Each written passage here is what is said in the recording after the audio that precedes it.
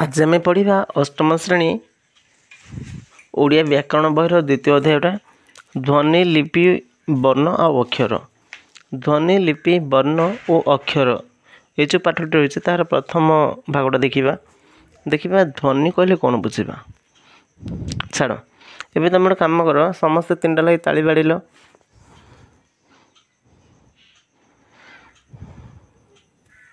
बाड़िल ठीक अच्छे।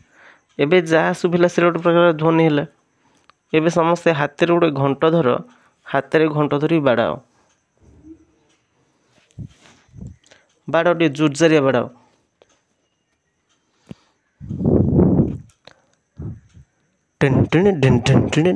बाजू ना नहीं बाजू तो ठीक।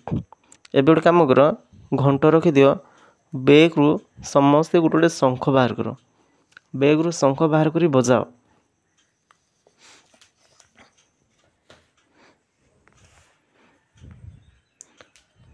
सम्मान 3 थर बजे दियो।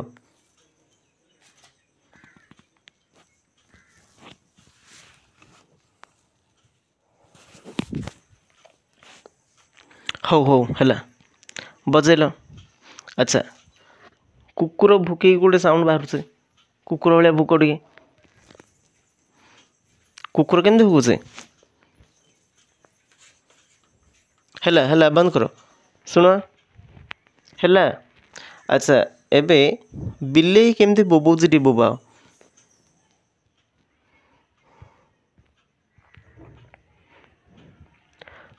बोबेल। अच्छा एबे गोटे पत्थरटे पड़ियो केमती साउंड हम केमती गोटे ध्वनि हम गोटे पाटे कर।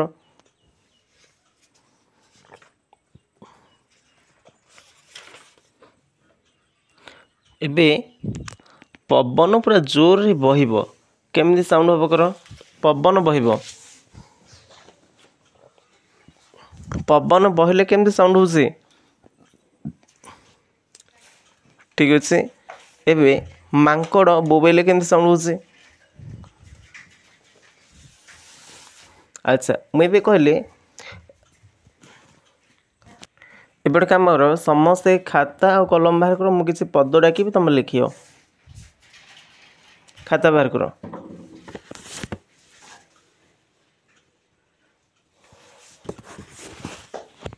खाता बाहर कर मुझे पद डाकि तुम से पद गुड़ लिख बाहर कर खाता।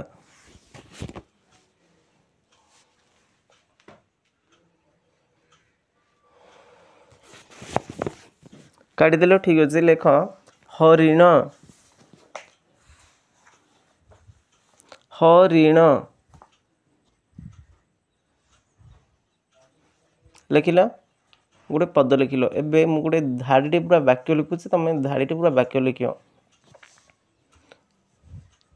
जणे गौड़ लेख जणे गौड़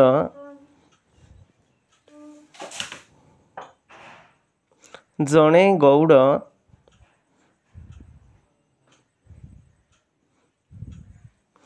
गोटे गाई जणे गौड़ गोटे गाई न जीवारु गोटे जणे गौड़ गोटे गाई न जीवारु हाथ रे ठेंगाटिए धरी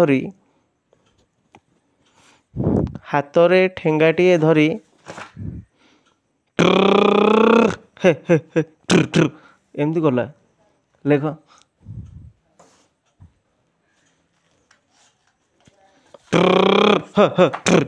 एमती गोटे से गला तो उड़े है एटा लिखियो लेख।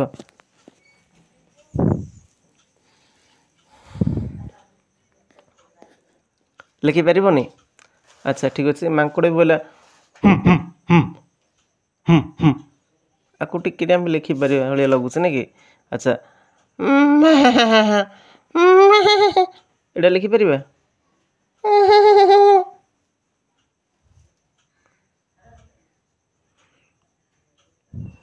लिखिपार हुईसिल जो बचे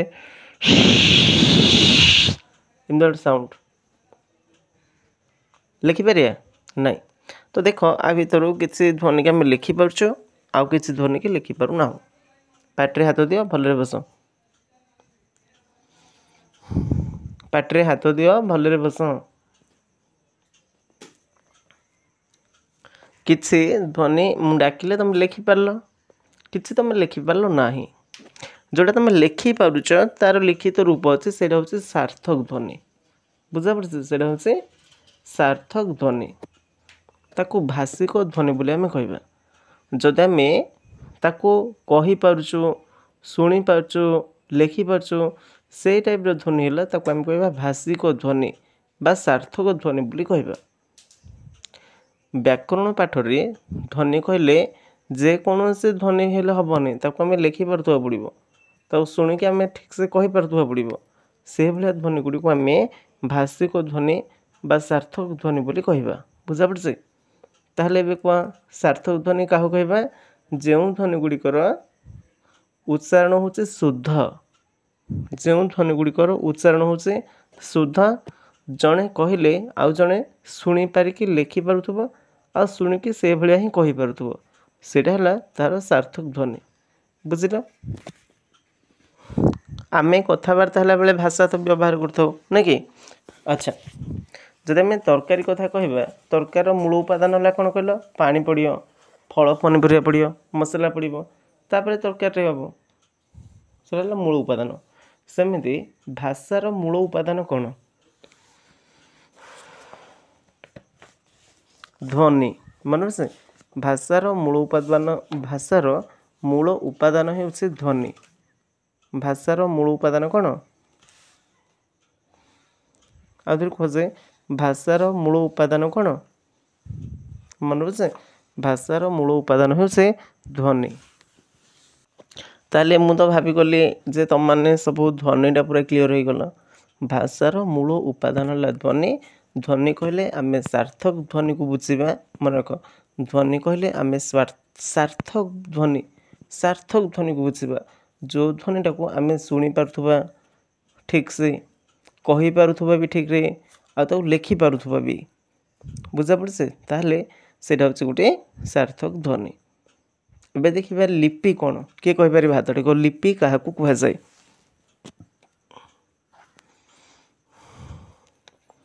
ଯିଏ ହାତ ଟେକିଛ, ହାତ ଟେକ ଆଉଥରେ। କହିଲ ଦେଖି, ଲିପି କାହାକୁ କୁହାଯାଏ କୁହ?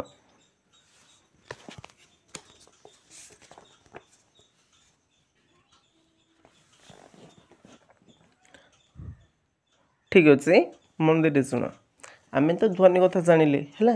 ସେ ଧ୍ୱନିଟାକୁ ଯେତେବେଳେ ଆମେ ଲେପନ କରିବା ବା ଗୋଟେ ରୂପ ଦେବା ବା ଗୋଟେ ଚିତ୍ରଟିଏ ବନେଇବା, ସେଇଠୁ ଆମେ କହିଦେବା ଗୋଟେ ଲିପି। ବୁଝାପଡ଼ୁଛି? ଲିପି ତାହେଲେ କ'ଣ? ଧ୍ୱନିର ଲେପନ ରୂପକୁ ବା ଧ୍ୱନିର ଲିଖିତ ରୂପକୁ ଲିପି ବୋଲି କୁହାଯାଏ। ଆଉ ଲିପି ବୋଲେ ଗୋଟେ ଝିଅର ନାଁ ଏମିତି କହିଦେବନି।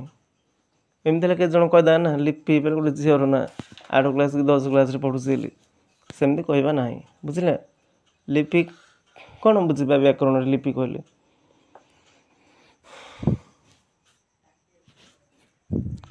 ଧ୍ୱନିର ଲିଖିତ ରୂପକୁ ଲିପି କୁହାଯାଏ। ମନେ ରଖିପଡ଼େ ହେଲା। ଆଉ ଯଦି କହିଲେ ଲିପି କ'ଣ? ଧ୍ୱନିର ଲିଖିତ ରୂପକୁ ଲିପି କୁହାଯାଏ। ମୁଁ ଏବେ କହିବି, ମନେକର ଦେଖ, ସ, ଗ, ଡ, ତୁମେ ଲେଖିପାରିବ। ସଟେ, ଗଟେ, ଡଟେ, ନାଇଁ କି? ମୁଁ କହିଲି ସ, ତୁମେ ଲେଖିଲା ପରେ ଯେଉଁ ଚିତ୍ରଟା ଗୋଟେ ହେଇଗଲା, ସେଇଟା ହେଲା ଏ ଧ୍ୱନିଟାର ଲିଖିତ ରୂପ। ବୁଝାପଡ଼ୁଛି? ମୁଁ ଏବେ ତୁମକୁ ଡାକିଲି ଗାଈଟିଏ, ତୁମେ ଲେଖିବ ଗା, ଇ, ଟି, ଏ, ଗାଈଟିଏ ଲେଖିବ। ତାହେଲେ ସେଇଟା ହେଲା ତା'ର ଲେପନ କଲ ତୁମେ ବା ଲିଖିତ ରୂପ ଦେଲ ତାକୁ। ଧ୍ୱନିଟା ଯେତେବେଳେ ମୁଁ କହିବି ତୁମେ ଲେଖିବ, ସେଇଟା ହେଲା କ'ଣ? ଧ୍ୱନିର ଲିଖିତ ରୂପ। এইটাକୁ ହିଁ ଆମେ କହିବା ଲିପି। ତାହେଲେ ଏବେ କ୍ଲିଅର୍ ହେଲା ଲିପି କ'ଣ? କୁହ, ଲିପି କାହାକୁ କୁହାଯାଏ?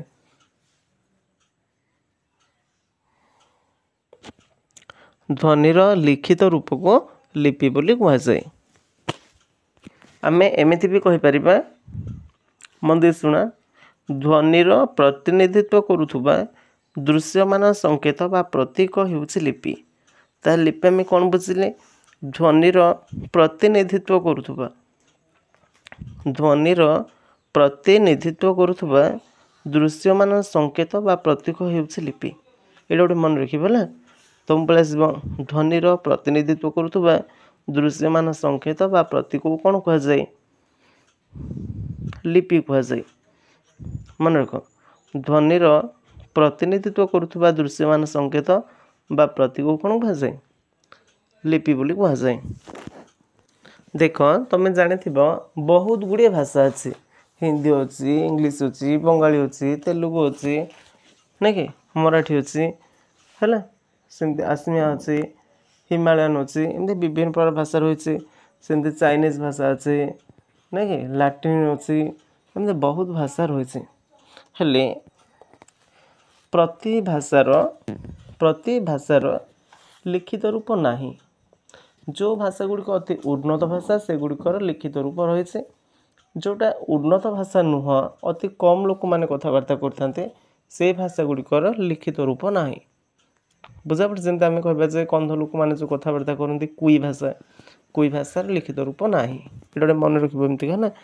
ସବୁ ଭାଷା ଗୁଡ଼ିକ ଯଦି ବି କଥାବାର୍ତ୍ତା ହେଲା ବେଳେ ବ୍ୟବହାର କରନ୍ତି ଲୋକମାନେ, କିନ୍ତୁ ସବୁ ଯାକର ଲିଖିତ ରୂପ ନାହିଁ। ବୁଝାପଡ଼ିଲା? ଆଉ କ'ଣ ଅଛି ଗୋଟେ ଦେଖ, ମନେ ରଖିବ। ଏମିତି ଆମ ଓଡ଼ିଆ ଭାଷାର ଗୋଟେ ସ୍ୱତନ୍ତ୍ର ଲିପି ରହିଛି। କହିଲେ ଆମେ ଗୋଟେ ଓଡ଼ିଆରେ ଗୋଟେ କଡ଼ କରିବା। ହିନ୍ଦୀ ଲୋକମାନେ ଯଦି କଡ଼ କରିବେ, ସେମାନେ ସେଇ କକୁ ଧ୍ୱନି ହେଲା କ, କିନ୍ତୁ ଲେଖିବା ରୂପଟା ହେଲା ଅଲଗା। ତେଣୁ ତାହାର ଲିପି ହେଉଛି ଅଲଗା। ହିନ୍ଦୀ ସଂସ୍କୃତ ହେଉଛି ଏକା ଭଳିଆ। ଦେଖ, ହିନ୍ଦୀରେ କ କହିଲେ ଆମେ ଯେମିତି ଲେଖିବା, ସଂସ୍କୃତରେ କ କହିଲେ ବି ଆମେ ସେମିତି ଲେଖିବା, କିନ୍ତୁ ଭାଷା ଅଲଗା। ଭାଷା ହେଉଛି ଅଲଗା। ସେଇଟା ହେଉଛି ସଂସ୍କୃତ ଭାଷା, ଏଇଟା ହେଉଛି ହିନ୍ଦୀ ଭାଷା, କିନ୍ତୁ ଲେଖିଲା ବେଳେ ଆମେ ଅକ୍ଷର ଏକା କରୁଛୁ। ତେଣୁ ଆମେ କହିବା ହିନ୍ଦୀ ଭାଷା ଆଉ ସଂସ୍କୃତ ଭାଷାର ଲିପି ହେଉଛି ଏକ। ସେ ଲିପିର ନାଁ ହେଉଛି ଦେବନାଗରୀ। ମନେଲା? ହିନ୍ଦୀ ଆଉ ସଂସ୍କୃତ ଭାଷାର ଲିପି ଆମେ ଯେଉଁ ଅକ୍ଷର ଦେଇକି ଲେଖୁଛୁ, ଲିପି ଯେଉଁ ଚିତ୍ର କରୁଛୁ, ଆମେ କ କହିଲେ ଯେଉଁ ଚିତ୍ରଟା ଆଙ୍କୁଛୁ, ସେଇଟା ହେଉଛି ଦେବନାଗରୀ। ହିନ୍ଦୀ ଆଉ ସଂସ୍କୃତ ଭାଷାର ଲିପି କ'ଣ? ଦେବନାଗରୀ।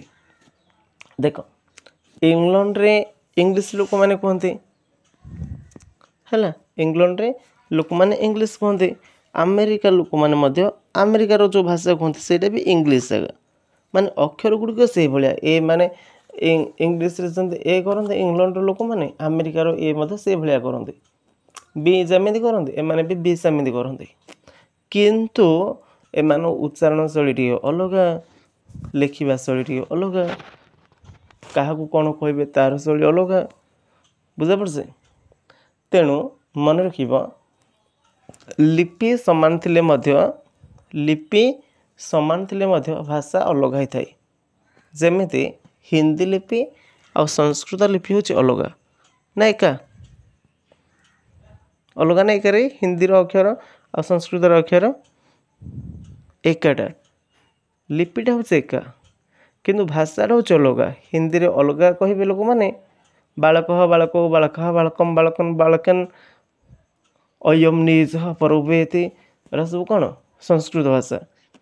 କିନ୍ତୁ ହିନ୍ଦୀରେ ବାଳକ ଲଡ଼କା ଲଡ଼କି ଲଡ଼କୁ।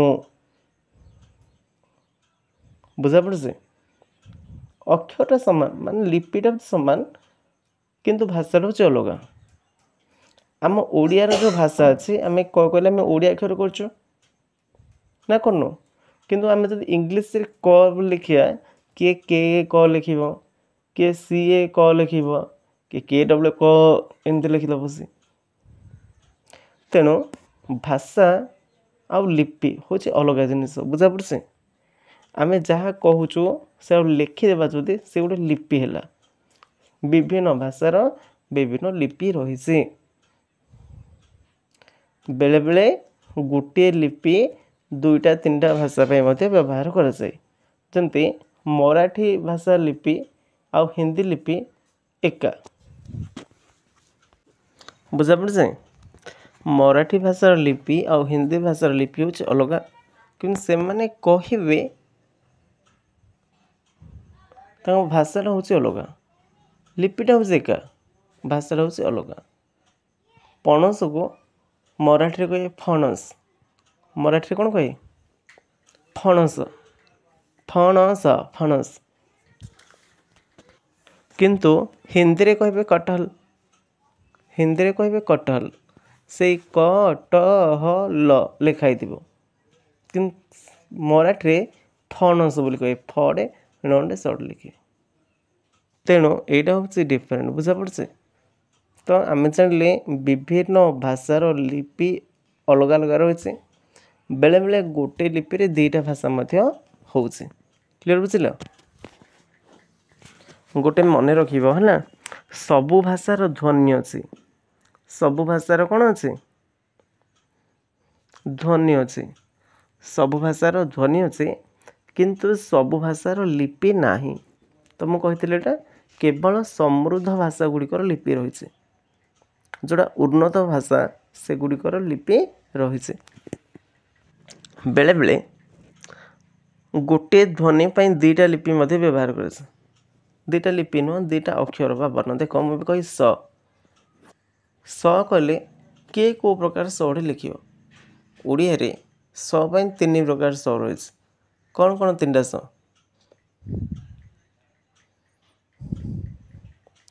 तालव्य स, मूर्धन्य स, आउ हूँ दंत्य स। कौन कौन तीन टा स?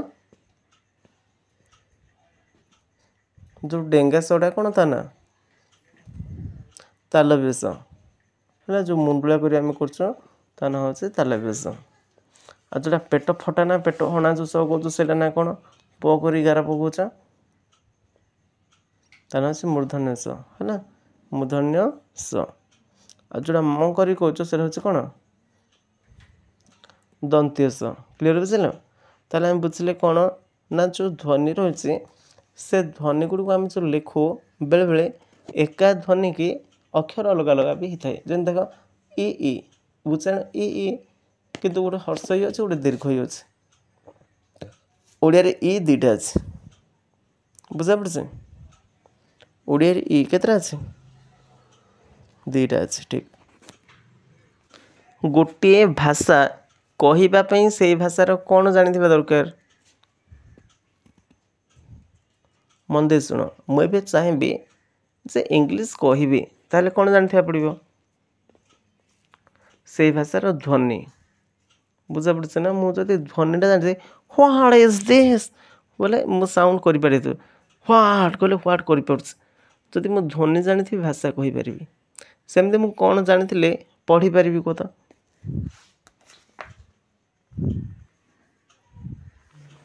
जदि मु लिपि जानी बुझा पड़े, लिपि जानी पढ़ी पारि आ ध्वनि जानी कहीपरि। गोटे मन रख कौन सी भाषा को कहवाई हेले से भाषार आम ध्वनि जानी दरकार। बुझ कौन कहली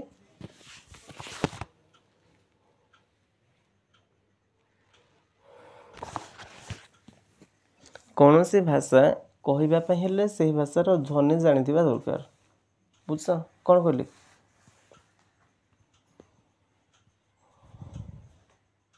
हाँ आउ गोटे मन रख जदि मु कौन सी भाषा पढ़ाई चाहूँगी बा तुम्हें कौन सी भाषा पढ़ाई चाहूच ताहले से भाषार कौन जानी पड़ो तुम्हें लिपि की जानी पड़ो अक्षर चिन्ह पार्थ्य पड़ो। बुझा पड़े। अच्छा कार कार एवं तेलुगु शिखापी इच्छा अच्छे हाथ टेक।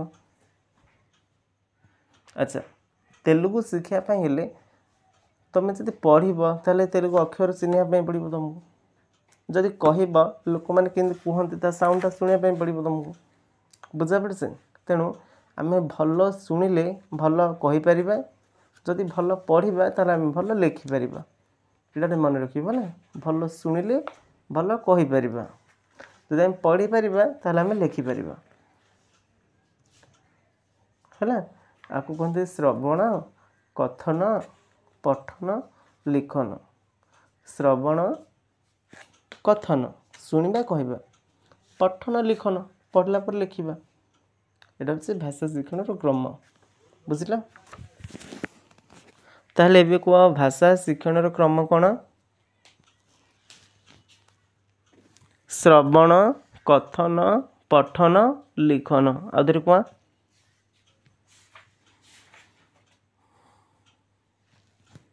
श्रवण कथन पठन लिखन।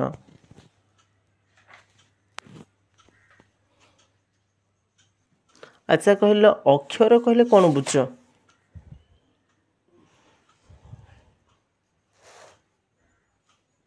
मन रख अक्षर हूँ जहाँ क्षर हुए ना ताहा अक्षर अक्षर है जहाँ क्षर हुए ना क्षर माने कौन क्षय क्षर मान हूँ क्षय अक्षर कौन ताहले कह जहाँ क्षर हुए ना ताहा अक्षर अक्षर कौन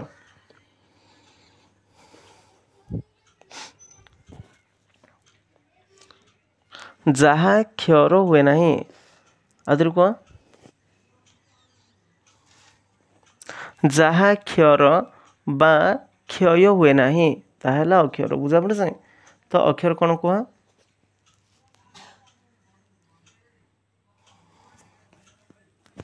आउे कह अक्षर कौन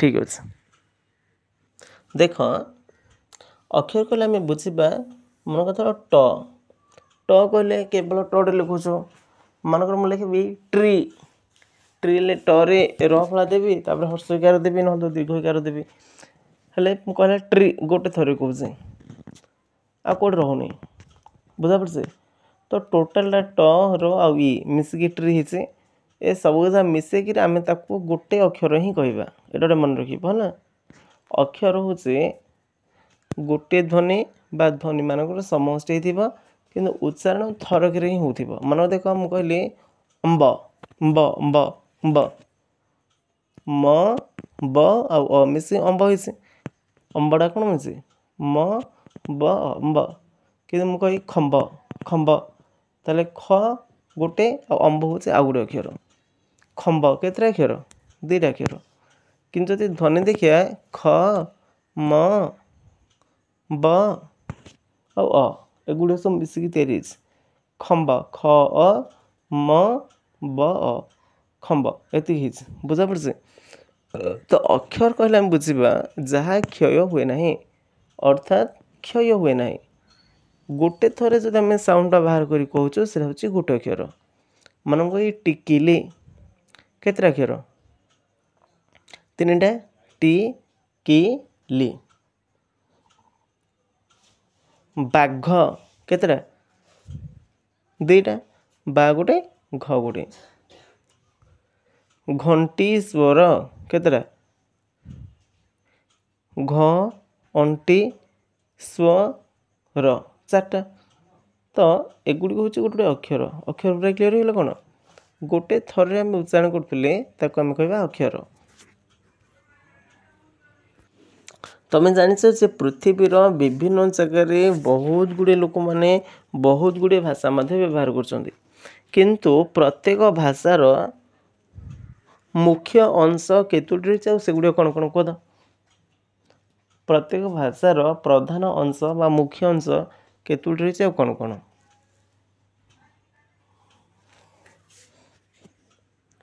पांचटी रही ध्वनि वर्ण शब्द वाक्य अर्थ ध्वनि वर्ण शब्द वाक्य आउ अर्थ बुझा पड़े देखुन आम भी गोटे जहाँ तुम गोटे कथा कहि गोटे ध्वनि बाहर करी गोटे भाषा जो आम व्यवहार कर पांचटा जिनस करूँ कौन मुख्य अंश ध्वनि वर्ण शब्द वाक्य आउ अर्थ देख मुझे कहि तुम्हें मंदिर को जाओ ध्वनि मो पार्टी तैयारी कली तुम्हें मंदिर को जाओ बोली कहली वर्ण कौन मुझे लिखिली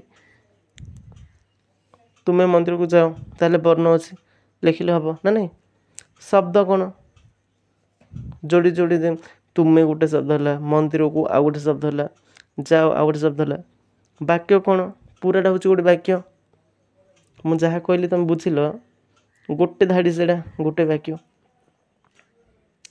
आउ अर्थ कौन देख तार अर्थ अच्छे जदि अर्थ न था तुम बुझीपार न था से वाक्य हो न था मुझे तुम्हें वंटा नाड़ू सुंतुनारू अर्थ कौन बुझिल कि बुझिल कि कौन तुम्हें वंटानारू संतानारू उन्दुनांदु उन्दु बुझिल कि बुझिपारलनि तेणु एरा अर्थ ना कि आम लिखिपर शब्द अच्छे ध्वनि अच्छे सब अच्छे आम लिखिपर किंतु तार अर्थ किसी रहा तेणु से गोटे हो पार ना बुझ तो भाषार पांचटी मुख्य अंश रही कौन कौन पांचटी मुख्य मन रख प्रधान अंश बा मुख्य अंश पांचटी भाषार जेकोसी भाषार पृथ्वीर जेकोसी भाषा लोक मैंने जो कथा कहते पांच गुड़ी मुख्य अंश रही सेगुड़ी कौन कौन मुझे गोटे गोटे कहूँ तुम कह ध्वनि कुह ध्वनि वर्ण शब्द वाक्य अर्थ आउे कह ध्वनि कुह ध्वनि वर्ण शब्द वाक्य अर्थ आउे कह ध्वनि कुह ध्वनि वर्ण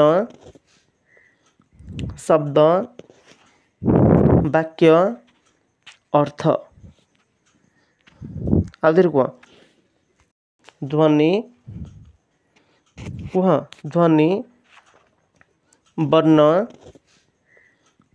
शब्द वाक्य अर्थ एबे कहीं पांचटी जाक मुख्य अंश कहल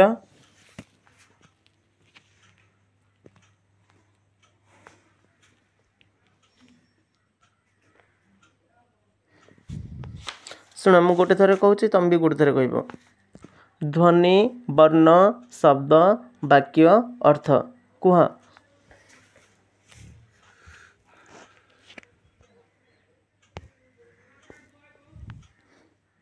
आउे कह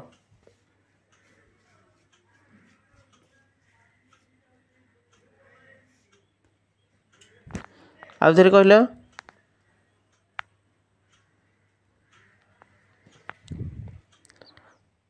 मन रख पृथ्वीर जी भाषा अच्छी जो लोक मैंने सब कथा होती से जो भाषा व्यवहार कर भाषा तार मुख्यतः मुख्य अंश हूँ पांचटी रही है मुख्य अंश बा प्रधान अंश पांचटी रही जोटा कि आम ओडिया भाषा रही गोटे मन रख आम ओडिया भाषार मुख्य पांचटी अंश बा प्रधान पांचटी अंश रही कौन कौन से गुड़िक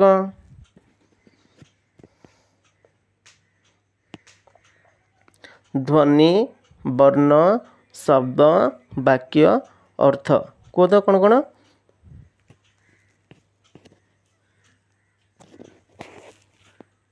ठीक अच्छे मन रहीगला कार कार मन रहीगला हाथ कौन जेकोसी भाषार पांच गोटी मुख्य अंश रही से पांचटा कौन कौन कार मन रहीगला से हाथ कौन टेकिल कह तो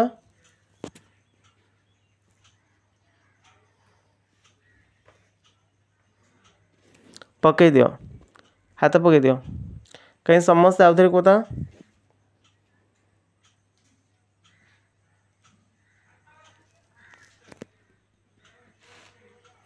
ठीक अच्छे मुझे तुमको गोटे प्रश्न पचार कह मुहर उच्चारित होता ध्वनि गुड़िकर लिखन योग्य सांकेतिक रूप होउछि कौन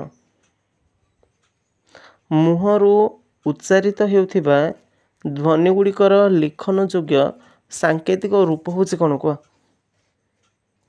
वर्ण मन तार देख मुहर उच्चारित होता ध्वनि गुड़िकर लिखन योग्य संकेत सांकेतिक रूप माने कौन संकेत माने मु क कहली तुम कड़े कल से कर वर्ण ना नहीं गोटे आ गए वर्ण कहल ख से गोटे वर्ण कौन पाई ना जहाँ मो मुखे कहूँ से लिखुची तो मन रख मन दे शुण भल बस आगे बस ठीक रे बस पाटे हाथ दिया पाटे हाथ दिया देल ठीक ए गोटे कम कर दीट जा हाथ मुंडे दिया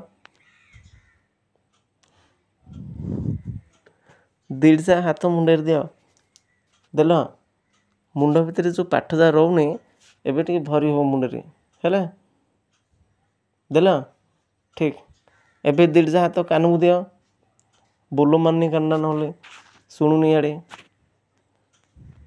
हो एबे चुप हो शांति बस बस मन देख शुण देख शुणुच मुहर उच्चारित होउथिबा ध्वनि गुड़िकर लिखन योग्य सांकेतिक रूप कौन कहुए वर्ण अर्थात मुहर आम जहाँ बाहर कले आम जो लिखिदेवा बेले मु धरली कहली फ तुम फटे लिखिदेल बोले से वर्ण है ना नहीं कह है तो ताल आम जानिले वर्ण कौन ना मुहर जहाँ आम कहूँ गोटे संकेत देकी लिखिदेले बा चित्रटी करदे जोड़ा है से वर्ण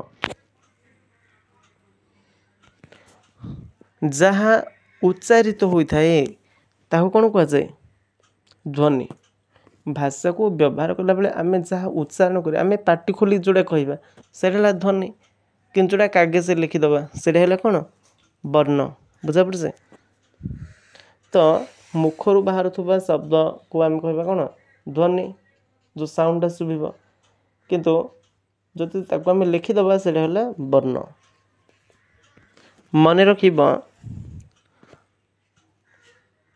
जो भाषा रही भाषार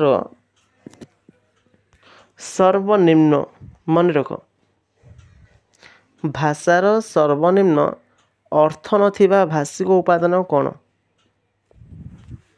भाषार सर्वनिम्न अर्थ नथिबा भाषिक उपादान माने आम कहूँ बा लिखुचु किंतु तार अर्थ नहीं बुझा पड़े तार अर्थ नहीं किंतु अर्थ नहीं सिना सार्थक शब्द गठिया से दरकार बुझा पड़े तो क्वेश्चन भल बुझ टे मन देकी आमर भाषार सर्वनिम्न अर्थ नथिबा भाषिक उपादान कौन जहाँकि भाषा पाई सार्थक शब्द गठित कर साहाय्य करे ध्वनि एवं आम जो वर्ण है ध्वनि एवं जो लिखन आकृति जो रही गोटे निर्दिष्ट गोटे ध्वनि केवल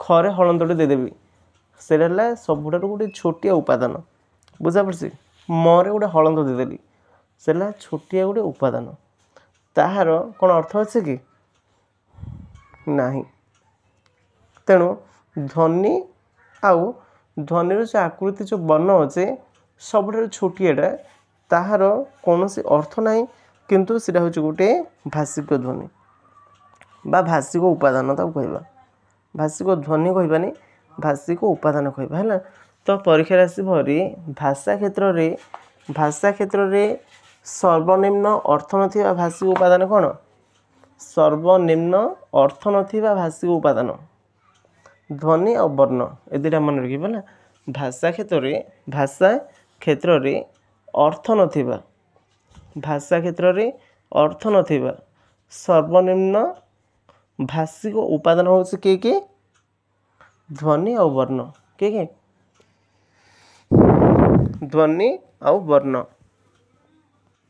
मन रख आमर जो ध्वनि रही स्वर ध्वनि रही व्यंजन ध्वनि रही स्वर ध्वनि अ आ इ ई उ ऊ ए ऐ ओ औ व्यंजन क ख ग घ ङ च छ ज झ उ बुझा पड़े हेले तुम देखी बेले बेले क रे हलंत दिखाई फ रे हलंत दिखाई ठ रे हलंत दिखाई सेमिति आउ केउंतिरे हलंत दिखाई तुम देखी कह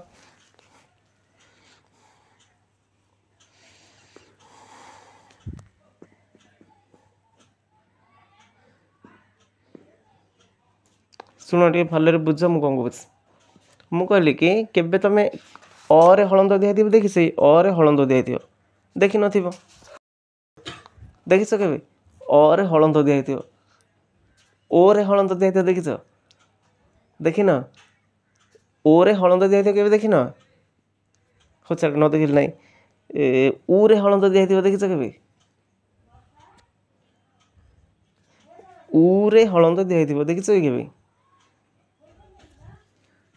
हाँ ठीक अच्छे भले बुझे मुझे कौन कौन देख मन रख जो गुड़ा सब स्वर वर्ण रही है अ आ इ उ ऊ रू ए ऐ ओ औ एगुड़ी हूँ सब स्वर वर्ण एमाने निजे निजे उच्चारित होती अ हो पारे निजे किंतु जदि मु ठ कहि ठ अ पलि लास्ट को अर्थात ठ रे हलंत दिखाई अर्थ हो केवल ठ साउंड अच्छी अ साउंडटा नहीं बुझा पड़े जेहेतु व्यंजन वर्ण उच्चारण कला बेले प्रथम व्यंजन ध्वनि आसे तापर स्वर ध्वनिटा आसे हलंत दिखाई अर्थ केवल व्यंजन ध्वनि रही आउ स्वर ध्वनि ना बुझा पड़े माने थर मु कहली ख रे हलंत ताहले हूँ ख ख बोले आम पढ़ा ना ख अटा नहीं क्लियर बुझल हलंतर अर्थ हूँ जे व्यंजन ध्वनिटार जो स्वर ध्वनिटा ना केवल व्यंजन ध्वनिटा रही व्यंजन वर्ण उच्चारण बेले आम व्यंजन सहित स्वरटा उच्चारण करता हलंत देला अर्थ हूँ जे केवल व्यंजनटा अच्छे आउ स्वर ध्वनिटा ना। अच्छा कहल ओडिया भाषा रे केतोटी स्वर ध्वनि रही आउ केतोटी स्वर वर्ण रही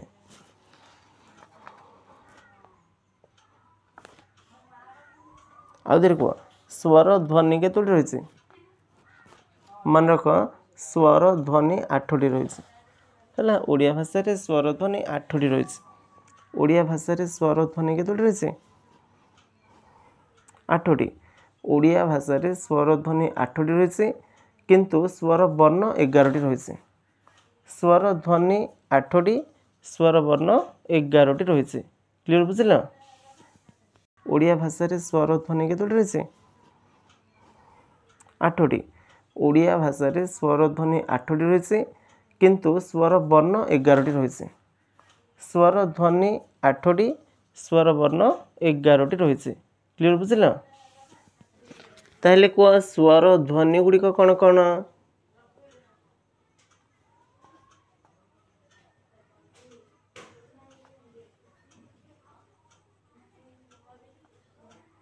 स्वर ध्वनि गुड़िक है अ आ इ उ ए ऐ ओ औ देख अ आ इ उ ए ऐ ओ औ बुझा पड़े से इ हूँ गोटे ध्वनि ना इ कहले गोटे ध्वनि आगाज उ कहले गोटे आगाज बुझा पड़े ताले ओडिया भाषा रे उच्चारित होउथिबा स्वर ध्वनि गुड़िक कहले कौन कौन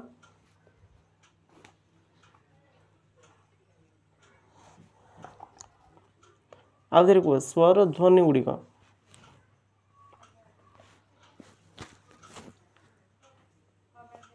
ठीक अच्छे 8टी स्वर ध्वनि रही अ आ इ उ ए ऐ ओ औ किंतु 11टी स्वर वर्ण रही 11टी स्वर वर्ण कौन अ आ इ उ रू ए ऐ ओ औ मन रख रू डबल कह ना है बेले बेले आम रू को डबल कह स्वर वर्ण लिस्ट रू गोटे रू आउ कहून आम सेकेंड रूटा जोटा तेणु स्वर वर्ण संख्या हूँ 11टी है अ आ इ उ रू ए ऐ ओ औ ताहले भी कह स्वर वर्ण गुड़िक कह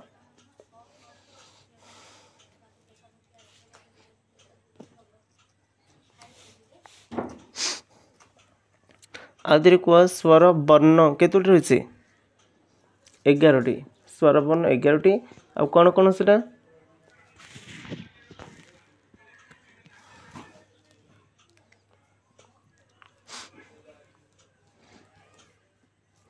ठीक स्वर ध्वनि अच्छे 8टी कौन कौन स्वर ध्वनि गुड़िक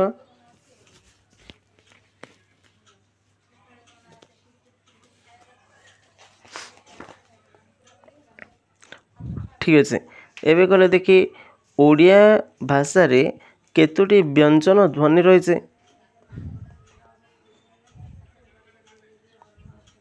ओडिया भाषा रे केतोटी व्यंजन ध्वनि रही